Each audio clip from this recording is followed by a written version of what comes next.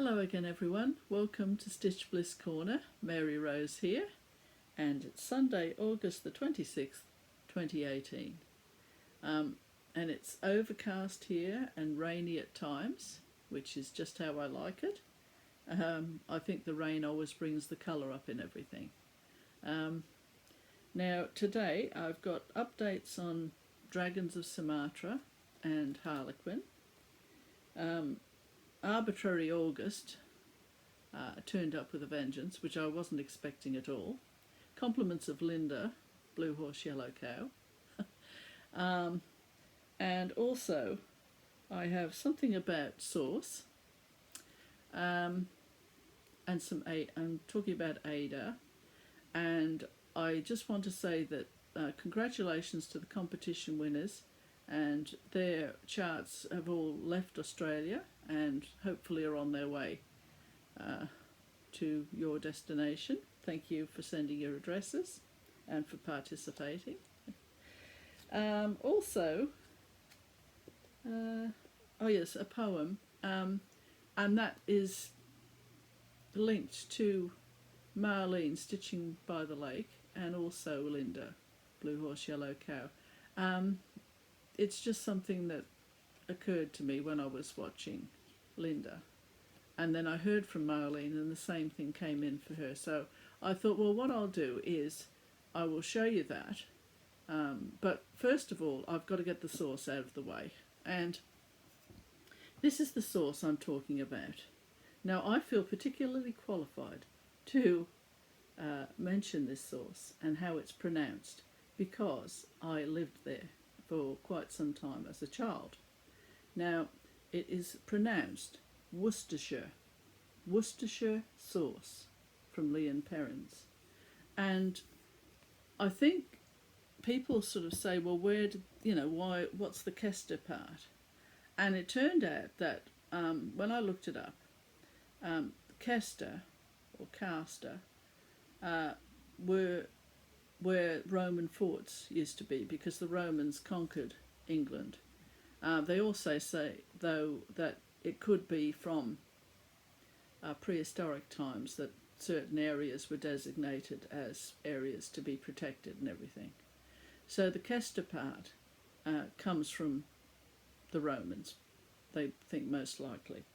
So I just thought I had a quick look to see if there was anything else about the Lee and Perrins factory that makes the Worcestershire sauce, and it was originally produced by two chemists, John Wheely Lee and William Perrins. It went on sale in 1837. It is still produced in the city today, although the origins of the recipe remains a mystery. It has anchovy, garlic and onions, and it's put in a barrel and left to mature for 18 months in malt vinegar. That's in the cellars of the factory. And there are other secret ingredients that are supposedly only known by 4 people. Apparently, too, a lamppost in Worcester was the inspiration for C.S. Lewis's Tales of Narnia, the lamppost in that. So I suppose that's another thing that makes Worcester famous. I could put a link to the video of the Lee and Perrins factory, which I might do. I'll get Harlequin to put that in for me. And in 1839, Worcestershire sauce was imported into America, making it America's oldest condiment. So anyway, that's that little bit about Worcestershire sauce. So I should put that down there now, and you'll never hear about it again. Not from me anyway. Now then, what else have we got here? I was just going to say a few words about Aida fabric, because you know I'm a big fan of Aida. And it turns out that Aida fabric, sometimes called Java canvas, is an open, even weave fabric. It's made of cotton, and it's traditionally used for cross-stitch embroidery. It has a natural mesh that facilitates cross-stitching and enough natural stiffness that the stitcher does not need a hoop. Aida cloth has a tendency to fray, so it needs hemming before use. It should never be laundered prior to stitching, as it contracts when it is washed in soap and water. Hand washing improves the appearance of finished cross-stitching on Aida because the Aida cloth naturally contracts in specific areas where it is stitched. There are two ways to pronounce the word Aida, and that's Aida, as in Verdi's opera Aida, and just Aida. They're both accepted.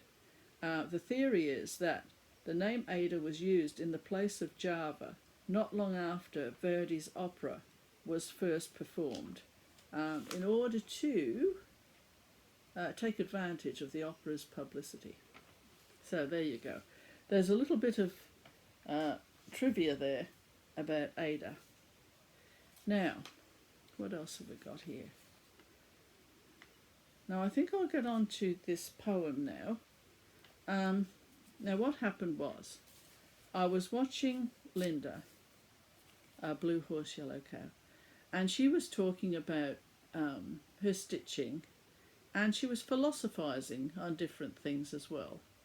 So it was just nice to sit there and listen to how she feels about certain things and how she approaches her stitching. And this poem came into my head. Now I have this book here. That's my book that I put pieces of poetry that I really like. And even though the book is quite thick, there aren't that many pieces in there. It's a bit like stitching, you know, how only certain pieces appeal to you enough to stitch them. Well, it's the same with me with poetry. Something's got to really, get in there. And this particular poem came to me when I was watching Linda. And as I said, when I heard from Marlene, I also thought of it. And it's actually about healing yourself after a relationship breakdown. But it's also very, it sort of reflects for yourself. It makes you think about something or someone that you might not think about very often. And I think that's what got me. Anyway, so I'll solve the mystery. I'll read it to you so that you know what I'm talking about. I'm going to read it once, and then what happened was, when I got it out and had a look at it, I thought, I've got to stitch this. So that was where my arbitrary August came in. Everything got put aside and I had to stitch this. So I'll show you the stitching in a minute. So I'll read you the poem. It's not very long. It's by Derek Walcott. And Derek Walcott turned out, he's from St. Lucia, or Lucia, in the Caribbean. He received the Nobel Prize in Literature in 1992, and he died in March 17, 2017, so that wasn't very long ago, was it? And he said the process of poetry is one of excavation and of self-discovery. Now, I'll just show you a picture of him, and then I shall read his poem.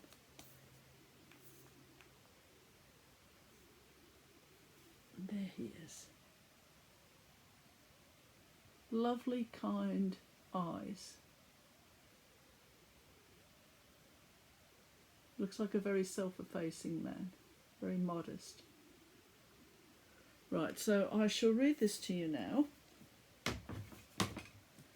And then I'll read it again when I show you the stitching. So, and also I will link the reading of this poem on the internet. Someone reads it, and it's against music, and it's got a very Dali kind of feel about it. Anyone who had a look at my Dali video will understand perfectly what I mean when they see it. So anyway, it's called Love After Love. The time will come when, with elation, you will greet yourself arriving at your own door, in your own mirror, and each will smile at the other's welcome and say, "Sit here, eat." You will love again the stranger who was yourself. Give wine, give bread, Give back your heart to itself, to the stranger who has loved you all your life, whom you ignored for another, who knows you by heart. Take down the love letters from the bookshelf, the photographs, the desperate notes. Peel your own image from the mirror. Sit, feast on your life.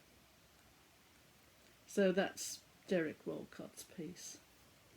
And I just put a little illustration in there when I do the poems. So I'll just pop that aside now, and I'll get my piece of stitching.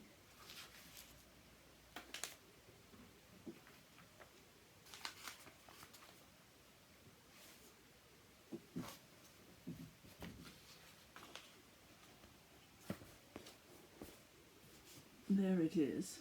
Now, the butterflies, I added those because it was spare on this side. And also, butterflies have a special meaning for me in my life. So I just felt they were appropriate for me. So I shall read the poem again, and then we can go on to my update on my other pieces. Love after love. The time will come when, with elation, you will greet yourself arriving at your own door, in your own mirror, and each will smile at the other's welcome and say, sit here, eat. You will love again the stranger who was yourself. Give wine, give bread, give back your heart to itself, to the stranger who has loved you all your life, whom you ignored for another, who knows you by heart. Take down the love letters from the bookshelf, the photographs, the desperate notes. Peel your own images from the mirror. Sit, feast on your life. Now, in the particular piece that I've read to you, it says images, but in actual fact, it's image. I think it was a typo in that actual text there. So, I think that's just about it as far as that part goes. I shall just show you now the stitching. I'll just show you where I got the butterflies from, and the thread I used. It's DMC 4501. That apparently that line there is because it's discontinued. My son took me, one of my sons once a year takes me to the local needlework store and just says, off you go. You can get what you like. So of course I don't get too much because his money should be in his own pocket, but I do get some things. And so I got this variegated thread because I've never used it before, and I thought, well, I don't know what I'm going to use that for. Well, of course that's been answered now. One of the butterflies came from the cross-stitch collection. That's the smaller one, and that's the one that this is issue 162. Not that you'd be 2008, October 2008. Although I'm sure you could easily get a butterfly from anywhere. But it was just in case anyone was curious. That was the smaller one. And it was just there. And then the other butterfly came from Jane Greenough, Anchor for Blackwork. And it's a blackwork butterfly that I did. I changed it slightly. Just trying to see. I didn't really give you a close-up of that actually, did I? I just I'll need this little board in a minute for dragons anyway.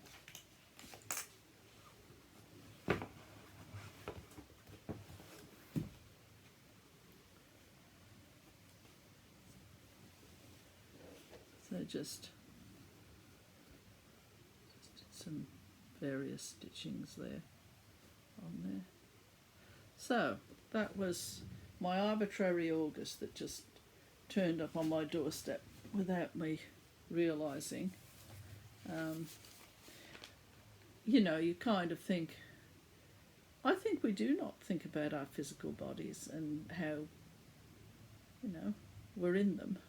I think we do tend to not think about ourselves in that way, that we are our own best friend, that, you know, that's just the way it is, isn't it? I mean, doesn't matter how close someone is to you. You do need a certain amount of love for yourself, and to nurture that love for yourself. You know, I mean, if someone does come along that's important in your life and they decide that they no longer want to be with you, well, the point is you were there before they were. You got along without them before you met them, so you can get along without them now. I think there's a song that goes along those lines. You know, things might be difficult, well, heartbreaking, you know. I mean, everybody who has put themselves out there for relationships, they've had knockbacks, and they've had sad times where they thought that they couldn't get over it, and then they do, and maybe they meet someone much better and more suited to them. I mean, you learn. It's part of living, isn't it, to learn those hard lessons, to experience is the toughest teacher. There's no doubt about that. It's a very tough teacher. But, you know, you learn from these experiences, and then you can empathise with someone else if they're going through a bad time, because you've been there yourself. You know what they're going through. And it helps you to be a more rounded person. Yeah, anyway, sorry. So, that one, and I've done the sauce. All right, so now I suppose I shall go on to the Harlequin piece, which got unceremoniously put aside for the poem. So, so I have nonetheless got a little bit further along with this piece. Now, for people who haven't watched this before and don't know what I'm talking about, I'll just show you the picture. And it's Cézanne's painting, and that's his son there, who posed for this picture, this painting. And the clown here is trying to steal the Harlequin's bat, B-A-T-T-E, in a very sneaky way. Now, the thing with this was, I'm stitching this on Hardanger, because it has that feature, as I've said before. Sorry, I've got something on my lap here. I'll do that. I don't know why I got this great unwieldy board here. I should have got a smaller one.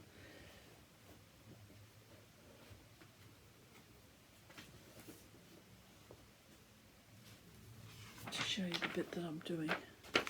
It's just this little bit in here is what I've done so far. And it's coming out true to the picture, I think. But the thing with this is, the reason I did it on the Hardanger 22 instead of my beloved 18 count Aida, which in retrospect I probably would have been much better off doing. Sorry, I'll just lift that up a bit. Is that for the actual face, the Hardanger has the quality of being able to be split into quarters. Each square can split into quarters quite easily for the finer features of the face. But in this case, I'm not even sure that I will do that anyway. I may just do the full cross anyhow, so I'll just see when I get there. But that's the reason. And also I'm doing 2/1 Now this probably could have been quite easily done 1/1 because it's quite thick, the stitching is quite thick. But then I did want the richness of the colour to come through. So I shall persist in doing this because I think it's going to come alive quite nicely. So that's the update for Harlequin anyway, so you can see where I'm up to with him. Right, now then, on to Dragons of Sumatra by Ink Circles.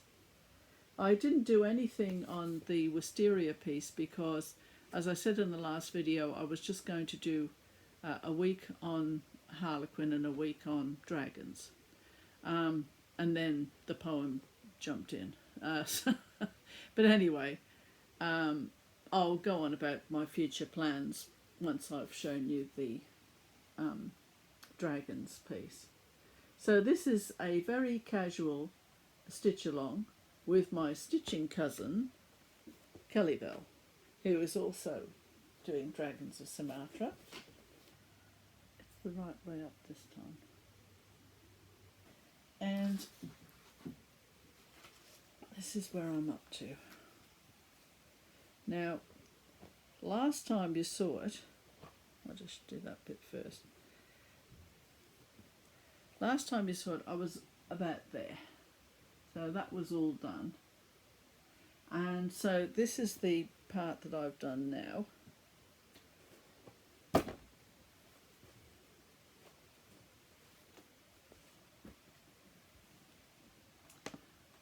There, down the bottom here. See, this board is so big I can't work around it, but anyway.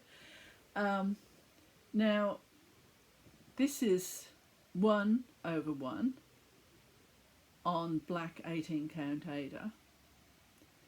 And what I did here, because I think people who've been following this piece for a while, they know that this is very much a stitch as you go kind of piece. Nothing on this piece is permanent.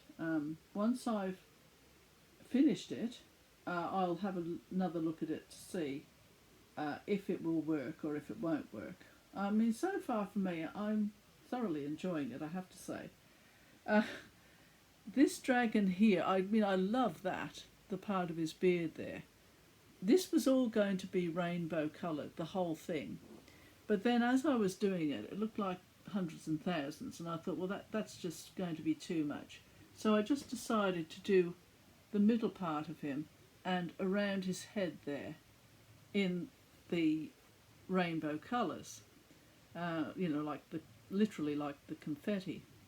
And then with these flowers, what's happened to the light there? These flowers, I did mainly yellow here and the orange around, and then I did the opposite over here, mainly orange with yellow around. Then this dragon down here, I thought I'd better put some green and red in to link up with this because I think it needed it. And so then that's as far as I've got with dragons anyway, so I just thought I'd update you on that. But it really is great fun, and you just don't really know what colour is going to appeal to you next. The lighting's a bit weird today because it's overcast, and that's probably why it's fading in and out a bit. So that's dragons anyway, for anyone who was wondering where it was up to.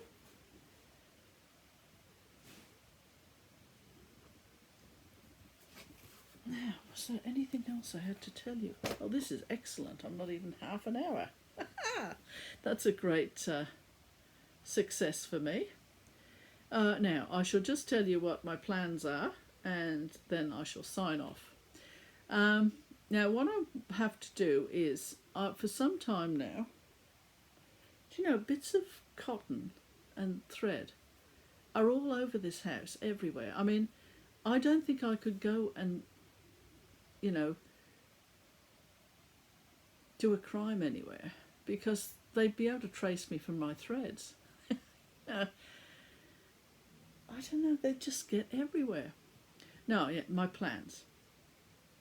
Now, I have been putting off, probably since when I started Flosstube actually, I've been putting off doing things that I really should be doing. And we've got some things we have to do. My books are all over the place, and I really do need to get things orderly, because for the people who are interested in my history videos and wonder where on earth they went, it's partly because my books are all over the place, and some of them I need to complete. If I did do something, I would need access to all of them. Anyway, so the long story, well, the short story of a long story, is that I really need a bit of time to get that organised. So I don't think I will be back in a couple of weeks. I think maybe 3 to 4 weeks. While I get all this organised. Now, it may well be that everything goes really well and I'm on top of it all and I can come back a bit earlier. But even then, once I've finished organising everything, I want to do another solid 2 weeks on the wisteria piece that I'm doing, the Heaven on Earth piece, because I'm doing that sort of like a vlog, as people have seen before, which people quite liked.